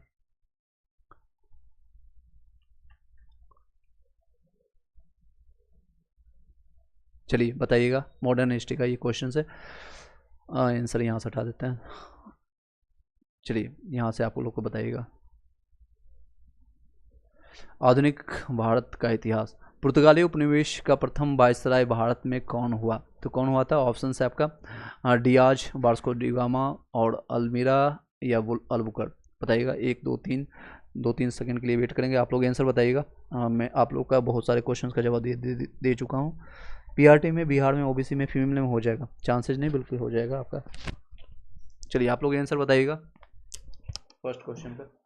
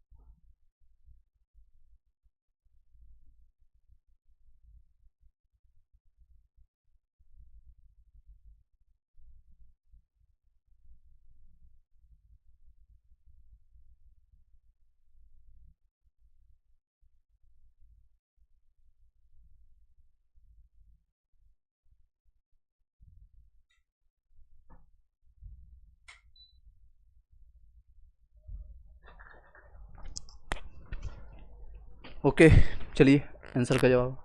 हाँ, आपका आंसर शायद मैं देख नहीं पाया था पुष्पा। आपने आर्यभट्ट बताया, सही, वेरी गुड। प्रेजेंट में पटना में, हाँ, कुसुमपुर के निवासी थे वो, कुसुमपुर के निवासी थे, वेरी गुड। जीरो के आविष्कार आर्यभट्ट थे वो, और कुसुमपुर पटना आपका पटना के यानी कि बिहार के रहने वाले थे। ये आपको पुर्तगाल उपनिवेश का प्रथम वायसराय भारत में कौन थे? आपका अल्मीरा थे, अल्मीरा, ठीक है। याद रखिए अल्मीरा, कई लोग इसमें कन्फ्यूजन करते हैं, अलबुकर और अल्मीरा में कन्फ्यूजन करते हैं, तो अल्मीरा आपके प्रथम वायसराय थे, प्रथम वायसराय। ये पुर्तगाली है जो कि 1498 में आया था, वास्को डी गामा 1498 में आया था। इसने भारत की खोज किया था, हालांकि इसने बोला मैंने भारत की खोज कर दिया, बल्कि इससे पहले भी पुरानी इसकी हिस्ट्री हुआ करती थी, भारत की ऑलरेडी पहले से था, बल्कि इसने रास्ता खोजा था कि समुद्र मार्ग से आकर के रास्ता खोजा था, 1498 में आया था और कालीकट में आया था ये, ठीक है। किस लिए आया था? तो इसका मकसद था व्यापार करने का, व्यापार करने का, और यहाँ से वो काली मिर्च लेकर जाता था, कालीकट आपका केरल से वहाँ से उठा करके कर्नाटक वहाँ से लेकर के अपना जाता था व्यापार करने के लिए, और उसको 60 गुना प्रॉफिट हुआ। 1498 में आया था, फिर से दोबारा आया ये 1500 एक्स्ट्रा फैक्ट में बता रहा हूँ, 1503 में फिर से दोबारा आया, उसका 2-3 साल रहने के बाद इसकी मृत्यु हो जाती है, और इसका कब्र जो है इंडिया में रह गया, यानी कि व्यापार करने के मकसद से आया, बट यहीं पर रह गया था, और इसकी मृत्यु भी यहीं पर हो गई था। भारत की समुद्री रास्ता की खोज किया था, बिल्कुल, भारत की समुद्री रास्ता, पुष्पा, वेरी गुड। चलिए आगे कंटिन्यू कर सकते हैं, देखते हैं आपका जो है आपका भारत में प्रथम पुर्तगाल जो है वायसराय के रूप में फ्रांसिस्को डी अल्मेडा जो है आपका है 1505 से लेकर के 1509 तक इसका जो है आपका काल है, शासन काल है, और 1505 में ये भारत पहुंचा था। नेक्स्ट क्वेश्चन है आप लोगों के लिए, बताइएगा, आप लोगों के लिए आंसर छुपा देता हूँ। बंगाल की खाड़ी में समुद्री डकैती हेतु हुगली का उपयोग कौन करता था? हुगली का उपयोग कौन करता था, बताइएगा, कौन करता था? ऑप्शन से डच, फ्रांसीसी, हाँ आपका अंग्रेज, पुर्तगाली। अभी मैं आपका स्टार्टिंग किया हो तो पुर्तगाली ही होंगे, इसका आंसर बताइएगा, सी ऑप्शन से पुर्तगाली। जो फास्ट आंसर दीजिएगा सभी लोग, और वीडियो को अपना जो है रिफ्रेश करते रहिएगा, बार बार रिफ्रेश कीजिएगा, ताकि आपको जो है जो आपका लाइव जो चल रहा है उससे संबंधित आपको क्वेश्चन आपको तुरंत प्राप्त हो सके। एक बार वीडियो को लाइव आप अपना स्क्रॉल करके रिफ्रेश कर दीजिएगा। चलिए नेक्स्ट क्वेश्चन बताइएगा, इसकी व्याख्या दे सकते हैं। पुर्तगालियों द्वारा हुगली के बंगाल की खाड़ी में समुद्री लूटपाट के लिए अड्डे के रूप में इस्तेमाल किया जाता है। नेक्स्ट क्वेश्चन है आप लोग का, 10 से 12 क्वेश्चन करेंगे, ज़्यादा नहीं, फिर आपका नेक्स्ट वीडियो से हम कंटिन्यू करेंगे, नेक्स्ट डे से आपका कंटिन्यू करेंगे। आपका एक एक चीज़ आपका है, बीपीएससी का जितने भी मेरे पास इन्फॉर्मेशन है, नोट्स है, पीडीएफ है, टेलीग्राम ग्रुप में वीडियो, ऑडियो और पीडीएफ फॉर्मेट है, तीनों फॉर्मेट जितना भी संभव हो सकता है मैं आपको देने की कोशिश करूंगा, जो कि टीआरई के लिए भी बेनिफिट होगा, यानी टीचर रिक्रूटमेंट टीआरई 4 के लिए भी बेनिफिट होगा, और बीपीएससी 70 जो कि 17 नवंबर को एग्जामिनेशन देने जा रहे हैं, चाहे करंट अफेयर्स उसके लिए होना देना पड़े मुझे, बीपीएससी बिहार स्पेशल ऑलरेडी मैंने कंप्लीट करा दिया। मैं आपको दिखाता हूँ आपको प्ले लिस्ट, यहाँ आप उसका 17-18 वीडियो में मैंने पूरा आपका एडिटोरिया कंप्लीट करा दिया, ये देख सकते हैं। ये आप पूरा जरूर जा करके इसको एक बार देखिएगा, काफ़ी बेनिफिट मिलेगा विद एक्स्ट्रा फैक्ट के साथ, क्योंकि ऑलरेडी मैं वहाँ के आसपास में हूँ, तो सारी चीज़ों को मैंने एक्स्ट्रा फैक्ट के साथ आपको बताया है, जो कि मेरे पास अनुभव है, इन्फॉर्मेशन है, उसके बेसिस पर, और साथ ही साथ बिहार का ज्योग्राफी भी कंप्लीट हो चुका है, हिस्ट्री भी कंप्लीट हो चुका है। ये आपका इकोनॉमिक्स का आधा पोर्शंस किया हुआ, आधा मैं बाद में कराऊंगा। इकोनॉमिक्स इसलिए रोका गया है ताकि बिहार के करंट जो आपका इकोनॉमिक्स बजट आया है, और बिहार अभी इंडिया का जो आपका बजट आया है इकोनॉमिक्स का, उसको लास्ट मोमेंट में करेंगे, एग्जामिनेशन से कुछ दिन पहले उसको करके जाना है, वो आपका करंट अफेयर से कोरिलेट कर देंगे, इसका रिलेशन रहता है उसका, ताकि आपको बेनिफिट हो सके। मेरा मकसद ये नहीं है कि आपको वीडियो बनाना और सिर्फ इन्फॉर्मेशन को शेयर करना, मेरा मकसद है आप लोग का सिलेक्शंस दिलाना। जब सिलेक्शंस लेने के बाद आप जब मिठाई खिलाते हैं, या उसके लिए आप 500-1000 रुपये जो भेजते हैं, उसकी जो खुशी है वो अलग ही लेवल का होता है, अलग ही लेवल का होता है। चलिए एनी हाउ नेक्स्ट क्वेश्चन पर चलते हैं, नेक्स्ट क्वेश्चन पर चलते हैं। क्वेश्चन था आपका, नेक्स्ट क्वेश्चन आपका, निम्नलिखित अंग्रेजों में से किसे जहांगीर ने खां की उपाधि दिया था? तो ये आपका हॉकिंस, ये आपका जो था हॉकिंस आया था, इसको फारसी बोलने आता था, अंग्रेज था लेकिन इसको फारसी बोलता था। इसको पहले आया था अकबर का आपका लेकर के आया था, जो स्पेक्ट्रम में मेंशन किया गया वो मैं आपको बता रहा हूँ आपका बुक्स में, यानी ये अकबर का जो है लेटर लेकर के आया था, अकबर के नाम का लेटर लेकर के आया था, आपका पत्र जिसको कहते हैं हिंदी में, वो पत्र लेकर, लेकिन जब ये पहुंचा था कुछ समय के बाद, तब तक वो जहांगीर उसमें शासन करने लगा। अकबर मर चुका था, अकबर मर चुके थे 1605 ईस्वी में, वो मर चुके थे, उसके बाद आपका जहांगीर का शासन काल शुरू हो गया था। तो 1608 ईस्वी में पहुंचा वो सूरत, 1608 ईस्वी में 3 साल लग गया उसको आने में। अकबर का लेटर आकर के पढ़ रहा है और ये सुना रहा है, अकबर जी आप महान हैं, ऐसे ऐसे ही आपका पूरा कहानी अपना हॉकिंस ने बता दिया, वो भी फारसी में बताया। तो इसने बोला यार बहुत अच्छी बात है, कोई बात नहीं, मेरे लेटर मेरा नहीं है, मेरे बाप का ही है, मेरे बाप अब्बा का ही है, तो मैं इसको ठीक है, मैं आपको ये उसमें भी इंग्लिश बोलने वाला अगर फारसी बोल रहा है, सोचिए कैसा आपको लगेगा। बहुत मतलब आप लोग भी आसपास में जब कहीं घूमने जाते होंगे, दिल्ली, मुंबई, या फिर आपका आगरा, या फिर कहीं भी लाल किला, तो कुछ भी अंग्रेज को अगर हिंदी टूटे फूटे वो बोलता है, बहुत अच्छा लगता है। तो इसको भी फारसी जब बोल रहा था हॉकिंस, तो बोला बहुत अच्छा बोलते हो यार, बहुत अच्छा बोलते हो, तो तुमको खान की उपाधि दे देते हैं। तो हॉकिंस को खान की उपाधि दे दी। इसके बारे में जानते हैं। हॉकिंस जो है ईस्ट इंडिया कंपनी यानी कि अंग्रेज की तरफ से एक कर्मचारी, एक व्यापारी था। वो बादशाह जहांगीर के नाम इंग्लैंड के राजा जेम्स प्रथम का ये पत्र लेकर के आया था। किसका? तो ये भी क्वेश्चन आता है, ये जेम्स प्रथम का पत्र लेकर के आया था, जो कि 1608 में पहुंचा था। हालांकि ये पत्र था उसमें इसके बाप का नाम का पत्र था। 1 अप्रैल 1608 में वह आगरा में मुगल सम्राट जहांगीर में से भेंट किया, और जहांगीर ने हॉकिंस को 400 मनसब और फिरंगी खां या फिर इंग्लिश खां के नाम की उपाधि दे दिया था। इसको फिरंगी खां और इंग्लिश खां की उपाधि दे दिया था। नेक्स्ट क्वेश्चन पर चलते हैं। नेक्स्ट क्वेश्चन आप लोग बताइएगा, इसको हाईलाइट, इसको बंद कर बताइएगा। भारत में 1612 में अंग्रेजों ने पहली फैक्ट्री कहाँ स्थापित किया था? ऑप्शन है गोवा, हुगली में, आपका बंगाल में हुगली, अमरकोट, सूरत। बताइएगा, ABCD आप बताइएगा कौन सा इसका सही जवाब है। तो इसका सही जवाब है आपका सूरत। सूरत इसका सही जवाब है। चलिए, कैप्टन विलियम हॉकिंस सूरत ने मुगल दरबार में 1608 में पहुंचा, किंतु सूरत में फैक्ट्री की स्थापना अनुमति पाने में सफल नहीं हुआ था। उसमें इसको नहीं मिला था अनुमति। 1611 में पुर्तगाली के विरोध के बावजूद, यानी क्योंकि उसमें जो था पुर्तगाली जो 100 साल पहले 1498 में आ चुका था। 1498 पुर्तगाली का आया था वास्को डी गामा, 1498 या 98 लिख देते हैं। तो ये 100 साल के बाद लगभग डिफरेंस, 100 साल का डिफरेंस, 1500 मान लीजिए, इसको 1500 मान लीजिए, आपको समझाने के लिए बता रहा हूँ। यहाँ पर मान लीजिए 1500 में पुर्तगाली आ गया, और ये आ रहा है 1608 में। देख सकते हैं कितने साल का डिफरेंस है, लगभग 110 साल का डिफरेंस है। ये 1498 में आ चुका था। तो अब पुर्तगाली अपना साठगांठ मुगलों के साथ बना चुका था, और उसकी बातें मान रहा था। यानी कि पुर्तगाली नहीं चाहता था कि मेरा कोई कंपटीटर आए, कोई कुछ करे। तो उसमें जो है हॉकिंस अपने जो इतनी भी बड़ी था, यानी जो भी इच्छा लेकर के आया था, वो इच्छाएं उनकी पूरी नहीं हुई। पूरी तरह से उसको फैक्ट्री खोलने का इजाज़त, टैक्स या जितने भी बेनिफिट है, जो इच्छाएं थे, उसको पूरी तरह से नहीं मिल पाया। फिर भी 1611 में जो है पुर्तगालियों के विरोध के बावजूद कैप्टन मिल्टन जो सूरत के समीप स्वामी में पहुंचा, और मुगल गवर्नर से वहां व्यापार करने की अनुमति पाने में उसको सफलता मिली। 3 साल के बाद फिर से उसने प्रयास किया। तो उसके बाद आपको पुर्तगालियों के विरोध होने के बाद, यानी पुर्तगाली जो है इसको विरोध कर रहा था, उसके बावजूद भी कैप्टन मिल्टन को मिलता है इजाज़त। ये क्वेश्चंस भी इससे बनता है कि किसको इजाज़त नहीं मिला था? हॉकिंस को इजाज़त नहीं मिला था, लेकिन कैप्टन मिलियंस को मिला था इजाज़त। कब मिला था? तो 1611 में मिला था, 1611 में। चलिए नेक्स्ट है आपका, ये आपको मुगल गवर्नर ने वहाँ इजाज़त, उनको अनुमति दे दिया था। कैप्टन वेस्ट द्वारा सूरत के बंदरगाह के विजयी पुर्तगाली एकाधिकार की निरंतरता से को भंग कर दिया था। इससे पहले जो था कैप्टन बेस्ट जो था पुर्तगाली जो था इसका अधिकारी था, उसके सूरत के बंदरगाह पर विजय से ने पुर्तगाली का एक अधिकार, यानी कि मोनोपोली जिसको कहते हैं इंग्लिश में, इंग्लिश मीडियम वाले CBSE वाले जरूर देख लीजिए, सुन लीजिए, अच्छे से समझ जाइए, उनका मोनोपोली जो है वो भंग हो गया, ख़त्म हो गया। इसके बाद जहांगीर के शाही फरमान से अंग्रेजों ने सूरत में अस्थायी रूप से एक फैक्ट्री स्थापित की। यहाँ से अंग्रेजों ने अपने व्यापार को एक देश से दूसरे देशों में फैलाना शुरू कर दिया था, भागों में फैलाया, और शीघ्र ही अहमदाबाद, फिर बुरहानपुर, अजमेर और आगरा में सहयोगी फैक्ट्री भी, यानी जिसका ब्रांचेज कह सकते हैं। ब्रांचेज मान लीजिए A to Z life growing India एक आपका ब्रांच बन चुका है, पटना से लेकर के फिर दिल्ली में, दिल्ली से मुंबई, इस तरह से ब्रांचेज खुलती चली गई। इसी तरह से आपका ईस्ट इंडिया कंपनी का ब्रांचेज ये सारा खुलना शुरू हो गई। सबसे पहली कंपनी कहाँ थी? तो सूरत में स्टार्ट हुई। कब मिला इजाज़त? 1611 में। किसने दिया? तो कैप्टन मिल्टन ने इसको प्राप्त किया। और किसने इजाज़त दिया? तो जहांगीर ने दिया। आई होप कि इससे संबंधित अगर क्वेश्चन आता है तो क्वेश्चन नहीं छूटेगा। यस नो में भी ज़रूर आप लोग बताइएगा, कुछ आपको इन्फॉर्मेशन मिल रहा है, हाँ या ना ज़रूर आप लोग बताइएगा। Yes Pushpa, very good, A option. Next question बताइएगा आप लोग।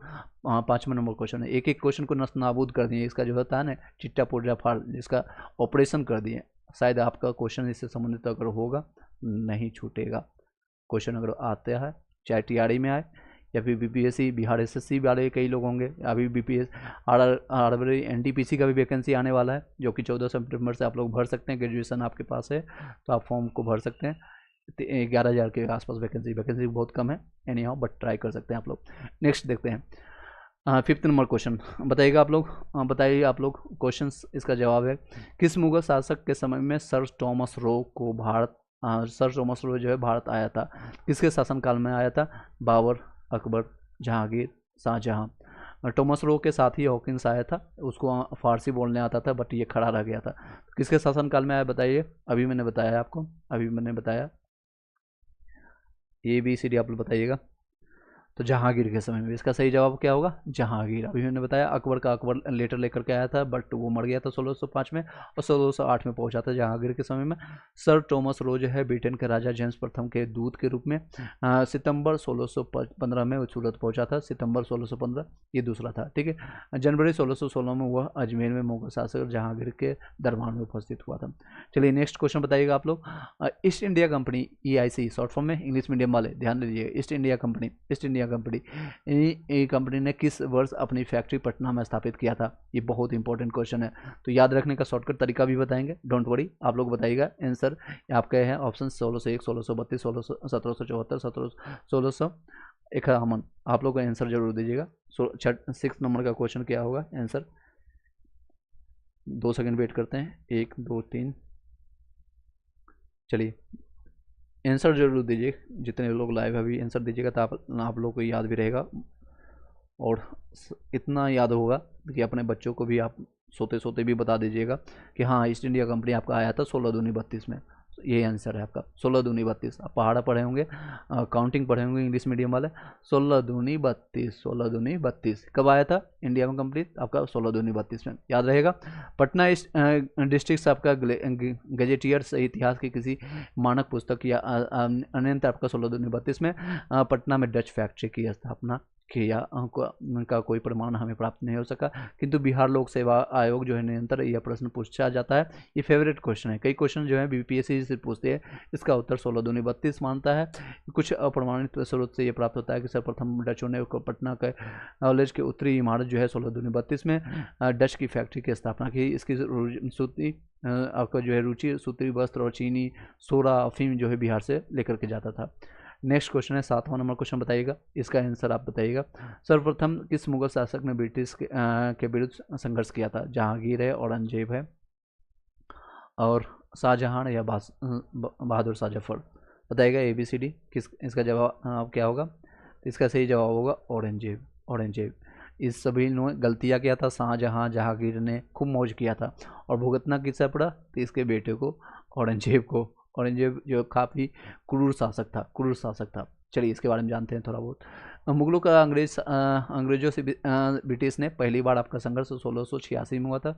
1686 में हुआ था, अंग्रेज औरंगजेब के शासनकाल में होता। मुगल गवर्नर आपका शाइस्ता खान ने जॉन चार्लॉक जो है, जॉन चार्लॉक, इससे संबंधित भी क्वेश्चन आता है, सहित अंग्रेजों को हुगली से खदेड़ दिया था। जॉन चार्लॉक ने आपका खदेड़ दिया था। नेक्स्ट क्वेश्चन है, निम्नलिखित में से आपका प्रथम कर्नाटक युद्ध का कौन सा तत्कालिक कारण था? तो कर्नाटक युद्ध हुआ था, आप लोगों को पता है, आपका 1746-48 के बीच में हुआ था। बताइए प्रथम कर्नाटक का युद्ध और किसके कारण हुआ था, किसके बीच में हुआ? इसका ऑप्शन आपके ABCD आप लोग को दिख रहा होगा। बताइएगा क्या इसका सही जवाब है?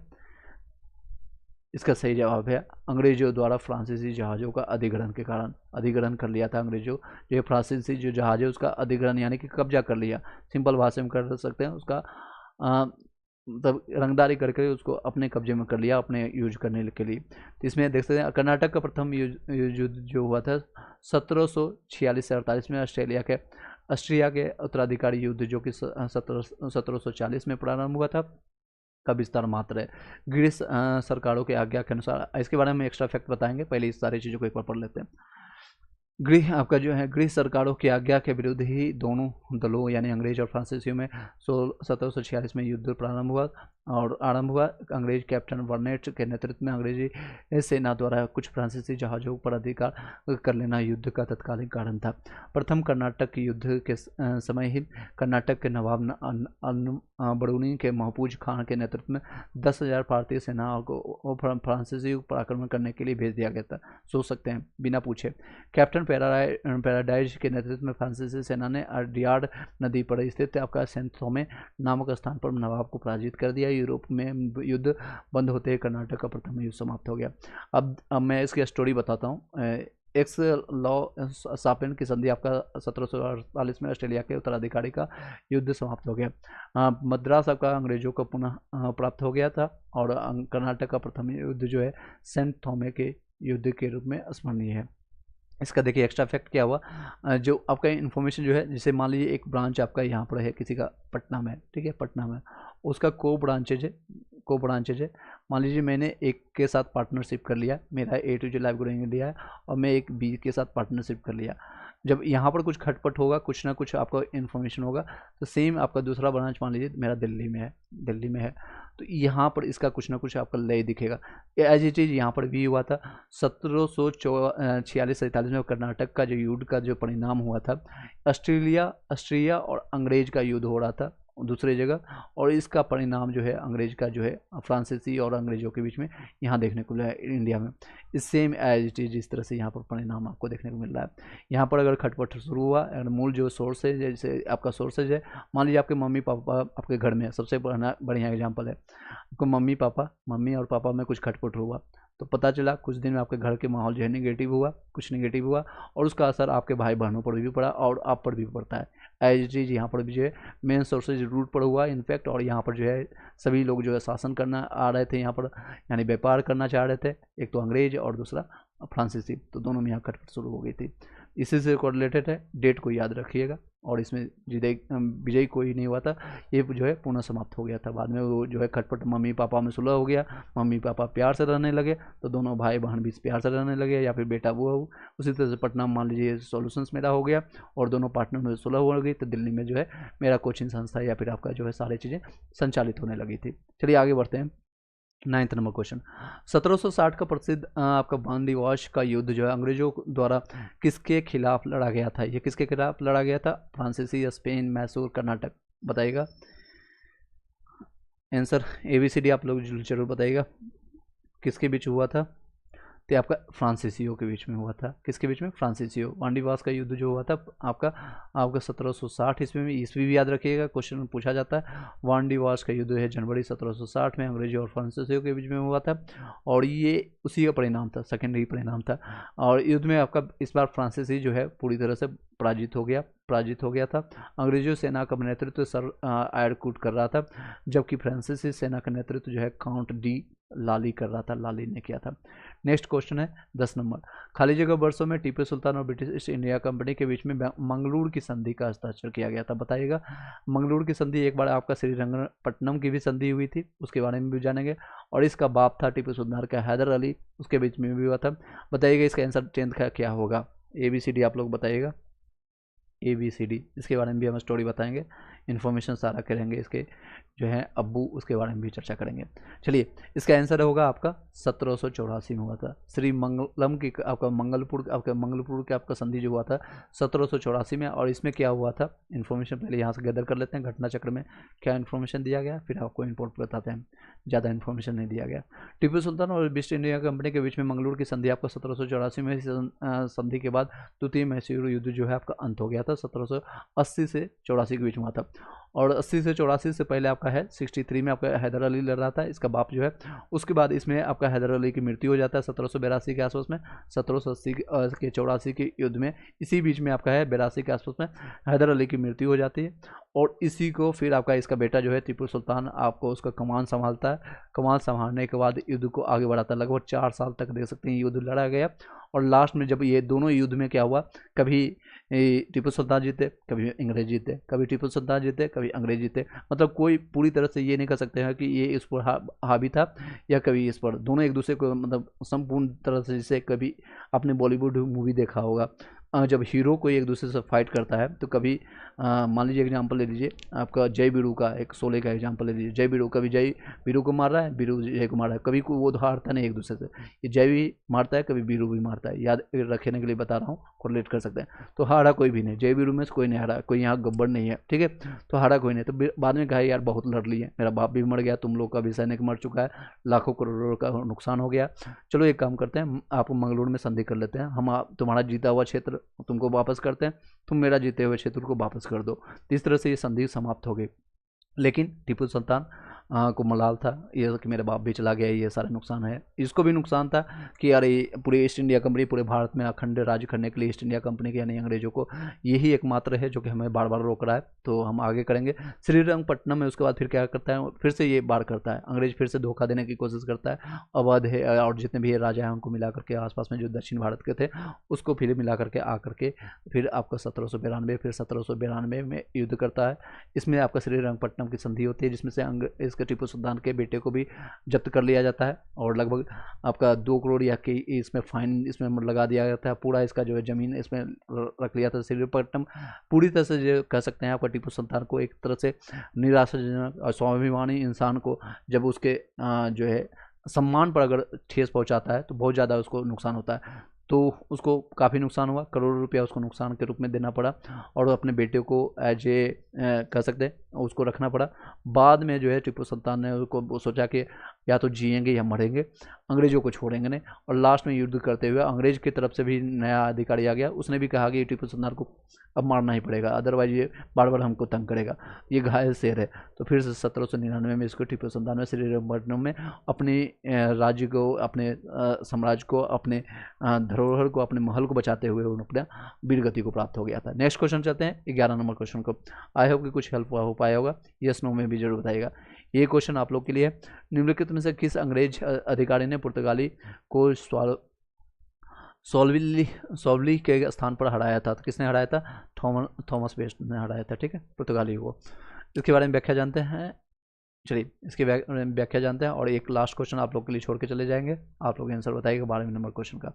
चलिए 16 से 11 में पुर्तगालियों के विरुद्ध के आपके बावजूद कैप्टन मिल्टन सूरत के समीप आपको सॉल्वे के आपका पहुंचा और मुगल गवर्नर ने यहाँ व्यापार करने की अनुमति लेने में सफल हो गया। कैप्टन वेस्ट द्वारा सूरत के बंदरगाह की विजय से पुर्तगाली अधिकारी की निरंतरता को भंग कर दिया गया, यानी कि जो एक एकाधिकार था मोनोपोली उसका खत्म कर दिया। सूरत में अस्थायी रूप से फैक्ट्री स्थापित की, यहाँ से अंग्रेजों ने अपने व्यापार